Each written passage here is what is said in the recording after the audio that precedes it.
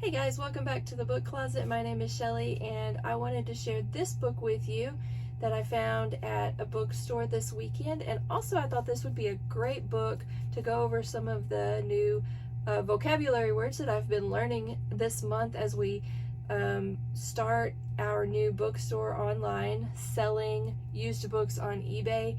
And I've been trying very hard to curate my store with just some really great finds and not just buy everything like I want to.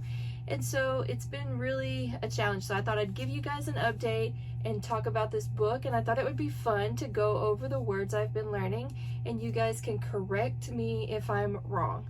So please do. If you know something I don't, please share it with me because I'd really love to know. So this book is actually a magazine. It's called the Glebe, volume number 2, number 1, April 1914, collects by Horace Trouble. And it is a soft cover paper magazine. It's thin. The reason that this caught my eye was, one, it said April 1914. That was the month and year that the Titanic sank, so it caught my eye. It has nothing to do with the Titanic, but that's why it caught my eye. So some things that I've learned that I thought this book would be great to talk about. So this book has yapped edges, which means the cover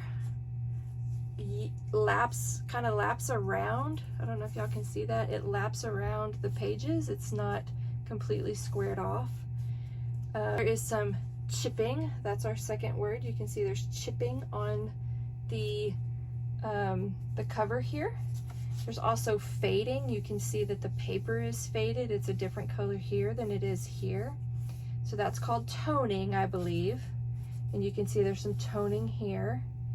Also, this book has a deckled edge, which means that the pages are not even Steven. They're hand cut paper, so I believe that is called a deckled edge. It is also uncut and it's untrimmed or uncut, so that means that the pages don't open up. So it's technically an unread version, and you can see, I don't know, can you see that? It's uncut at the top. This page here doesn't open, but it's also uncut. It's also uncut on this edge as well. So not just the top, but also this edge. So these pages were printed, they were typeset, and you can see that when you in person, you can see that the ink print goes a little bit into the page, and you can also see in places where it's been some, like this right here, you can kind of see right there on the end of that Y, you can see where the ink splat got off. It looks like a typewriter. So it was typesetted, if that's a word, I don't know, typeset. It's also paper bound, which this paper feels the same as this paper. The pages were printed in it's called octavo. So the printer printed 8 pages on one side and 8 pages on the other. It would have been folded, so that I believe it's 3 folds and 2 cuts or something like that, to get all the pages in the right place. This is an American literary magazine published as a collection by different authors or essay writers each month, and I believe it ran for a couple of years. And the editors, the publishers, wanted to highlight the particular author and give the reader enough material so that you could make a solid determination on whether you liked that person or not, instead of just giving like a short article about them and a bunch of them all at the same time. This book, when I looked it up on eBay, It is, there's one listed for $99. There's also another one listed for $40.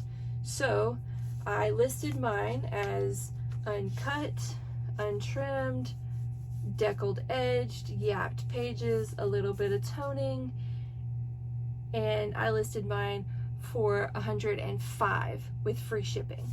So we'll see if I need to lower the price or if I get an offer. We'll see how that goes. So I got this at a bookstore. I paid $1 for it.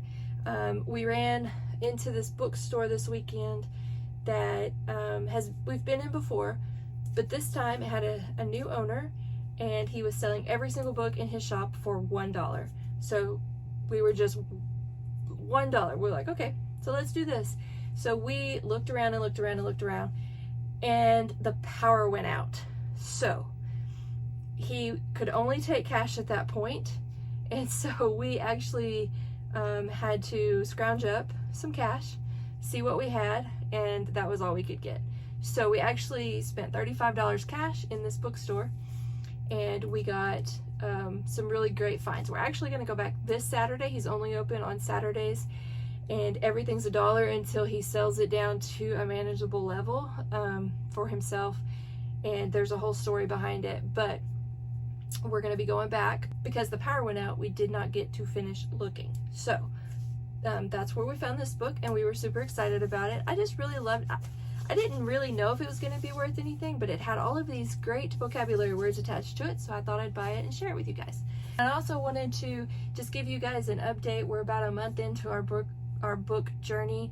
We've been having a lot of fun. We've been hitting up estate sales and garage sales and Goodwills and thrift stores and looking on Facebook Market for things. And so we went to an estate sale last weekend, and I made a video on all of these magazines that I bought. They were Frontier, True West, and I'm gonna lot them up and put them on eBay. So I've been lotting those up and getting those listed. I'm trying a big lot for a certain price, and then I'm smaller lots like 3 or 4 or 5 for a certain price, and then individuals for a certain price to see what sells and how it sells. At that estate sale, the man that was working the counter told us that you can potentially make money selling vintage advertising, and so we looked into that. So we have actually added some vintage ads to our store as well. And we at our bookstore that we went to this weekend, that we found all of these books for $1, there were some vintage Chrysler ads, and they were already prepped. They were individual in their plastic sleeves, and he let us have those 5 for $1. And so we got all that he had. He had 13 of them. And so we started with that. We picked up some Life magazines from the 30s. We're going to be cutting out some of the ads there and listing those up as well, and see how we're going to do with that. We've also got some children's books and some nonfiction books. I don't really have any fiction books per se listed up in the store yet. When I started this journey, I thought I would copy some of my YouTube favorites and just go with fiction and scan my eBay and see what's selling and do it that way.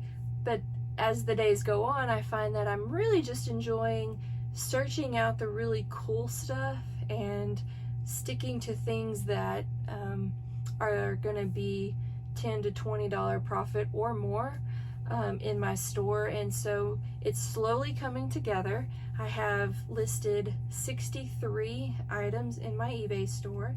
I've sold 4, so that's about 1 a week. I don't know really what I expected, but I'm actually happy with 4. I'm happy to say I've sold 1 book a week my very first month. So my profit right now, after the eBay fee, the shipping, the packing material, all of that, my profit is sitting around $85 for 4 books. So I think that's pretty good. So we're just gonna keep on. I have a lot of books still sitting on the floor that I guess we're gonna call that my death pile. It started on day 1. So I told myself I wasn't going to buy anymore until I listed everything, but life gets in the way and it's impossible to get it all done. It just really, like, it's just so impossible. Regular work gets in the way, and then life gets in the way. We had Father's Day, we've had birthdays, and so we're just working it out as we go. So we're excited to continue going. We're excited about this weekend. There's a lot of estate sales happening this weekend that we're excited about, so we're going to hit them up on Saturday, which will be their 50% off day. We're also going back to the bookstore where they're selling all the books for $1, and we're going to continue looking through them. We're going to be prepared this time to stay long and study hard and see what we can find. They had books way up on the top shelf, and they had books locked in the cabinets, and he said every book was $1, so we're going to go back and see. So we were the last ones out on Saturday because the power went out. Hopefully we'll be the first ones in on Saturday so we can ask about those books high on the shelf and locked in the cabinet. So that's where we're at. That's what we're doing. Continue to follow the journey. I'm sorry that the videos are slow to come. Life is just crazy, and so we're just doing it one day at a time. Remember what the goal is: 365 days to be making a consistent profit of about $600 a month selling used books, and we're just having a blast. So you guys have a great time. Like, subscribe, join us in the book closet again on our next video. Bye.